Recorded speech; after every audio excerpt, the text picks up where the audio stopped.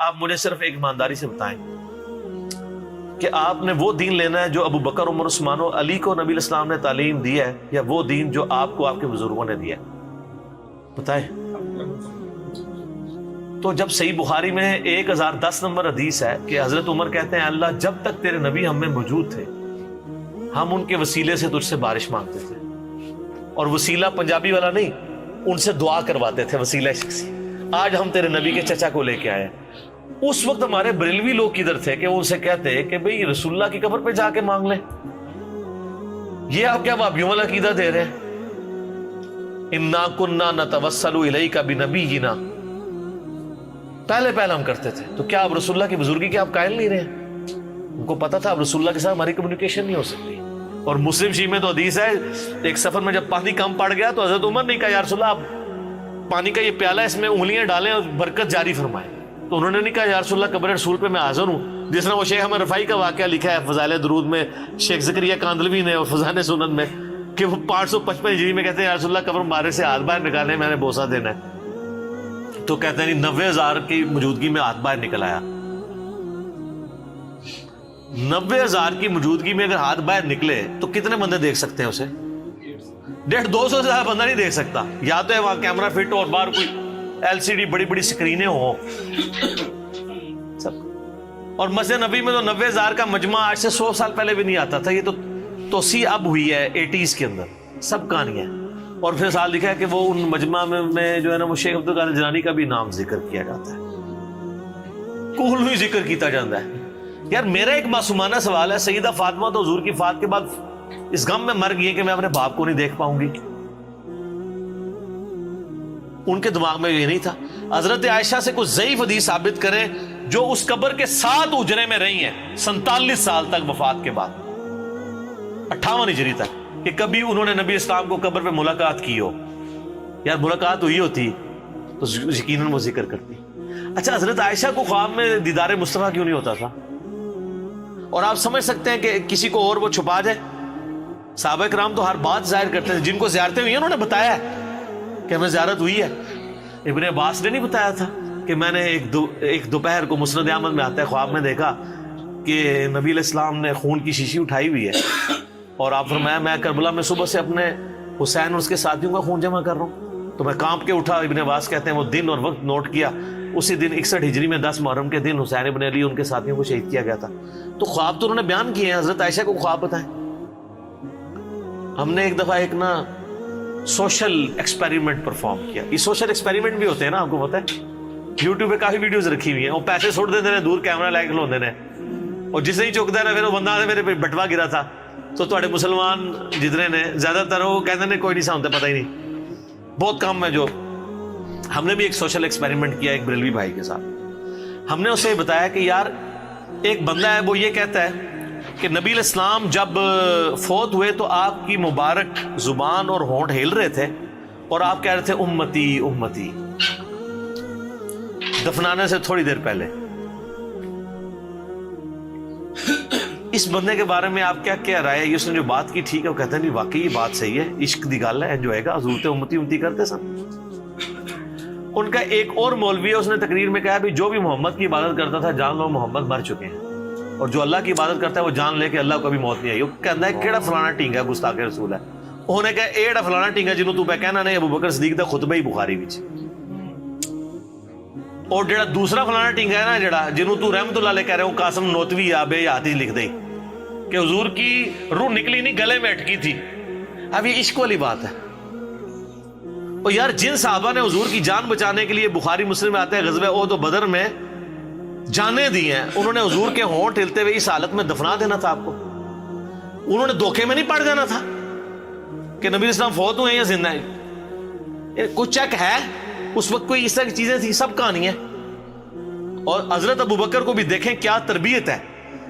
مجھے بتائیں کسی شخص کی میت پہ اس کی لیے تعریفی کلمات کیے جاتے ہیں یا ایسے کلمات جس سے وہ کنڈیم ہو رہا ہو؟ تعریفی۔ تو وہاں تو سیدنا ابو بکر کو چاہیے تھا نبی الاسلام کی شانیں بیان کرتے کہ آپ کو اللہ نے شب معراج میں آسمانوں کی سیر کروائی، آپ کو اللہ تعالیٰ نے اپنا محبوب بنایا، انبیاء کی امامت کروائی۔ خطبہ کیا ہو رہا ہے؟ اتنا سخت ہے قرآن و حدیث کے مطابق. من کان یعبد محمدا فإن محمد قد مات. اور آپ دیکھیں بغیر پروٹوکول کے رسول اللہ کا نام لیا جا رہا ہے. سیدھا سیدھا جو محمد کی عبادت کرتا تھا محمد رسول اللہ بھی نہیں کہا, سیدنا و مولانا بھی نہیں لگایا, کیونکہ اس زمانے میں یہ اس طرح پروٹوکول کے بغیر بات کرنا گستاخی شمار نہیں ہوتا تھا. تو وہ جان لے کہ محمد, فوت کا لفظ بھی استعمال نہیں کیا, وصال کا بھی نہیں. فإن محمد قد مات ومن کان یعبد اللہ فإن اللہ حی لا یموت. اور جو کوئی اللہ کی عبادت کرتا ہے وہ جان لے اللہ زندہ ہے, اس کو موت نہیں. سر یہ ابو بکر رضی اللہ تعالیٰ عنہ کا خطبہ اس چیز کے لیے کافی ہے کہ رسول اللہ اپنی دعوت میں کامیاب ہوئے ہیں. جو ننگی توحید, ننگی تلوار والی توحید آپ دنیا میں لے کے آئے تھے, آپ اپنے جانسار صحابہ کو ٹرانسفر کر کے گئے ہیں. یہ رسول اللہ کی کامیابی ہے. کوئی درخت اپنے پھل سے پہچانا جاتا ہے. حضرت ابوبکر وہ پھل ہیں جو درخت نبی علیہ السلام نے کی شکل میں لگا, اور قرآن میں اللہ نے اس کو ذکر کیا ہے, محمد رسول اللہ والذین معہ. اس میں ذکر ہے کہ اس کی مثال اس طرح کہ ایک کومپل نکلی اور پھر وہ پوری فصل تیار ہوگی اور کسان خوش ہوتا ہے, اور کسان کو نبی علیہ السلام کی مثال دی گئی اور یہ ساری فصل صحابہ کرام کی ہے.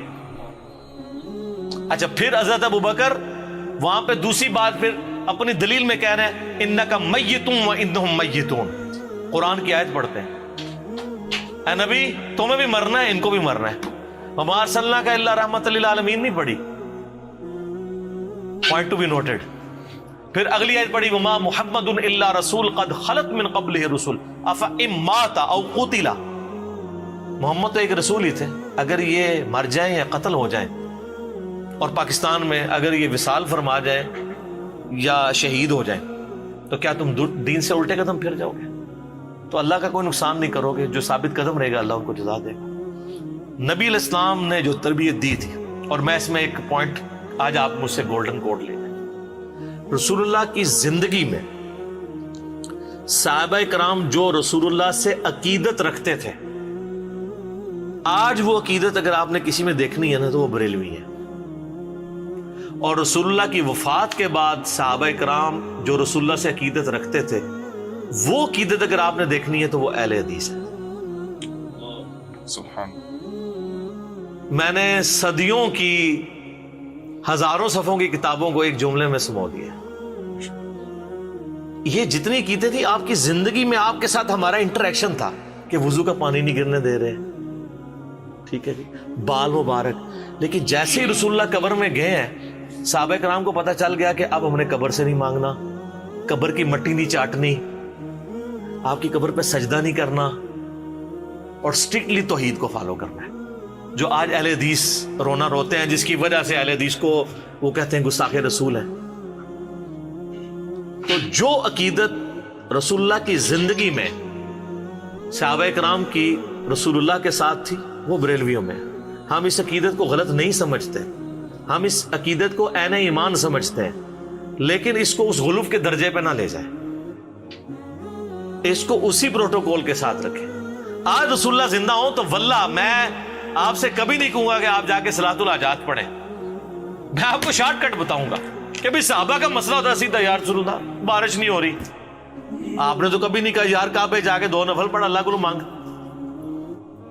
آگ نیچے نہیں ہے, بارش شروع.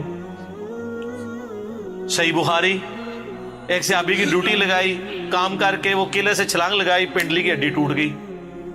آپ کے پاس آئے عبداللہ ابن عتیق, اور اپنی پگڑی اتار کے انہوں نے اپنی پنڈلی باندھی ہوئی تھی. اسی ہونے تو پہلے کہتے یا رسول اللہ لات پنوا لی تھوڑے پیچھے ویکھ لو, آ کے پوری رپورٹنگ کی, یا رسول اللہ آپ نے جو کام کہا تھا بتایا تک نہیں کہ میری پنڈلی کی ہڈی ٹوٹ گئی ہے. وہ تو حضور نے لنگڑاتے ہوئے دیکھا صاحب, پر میں یہ کیا ہوا ہے, یا رسول اللہ چھلانگ ماری تھی تو میں اللہ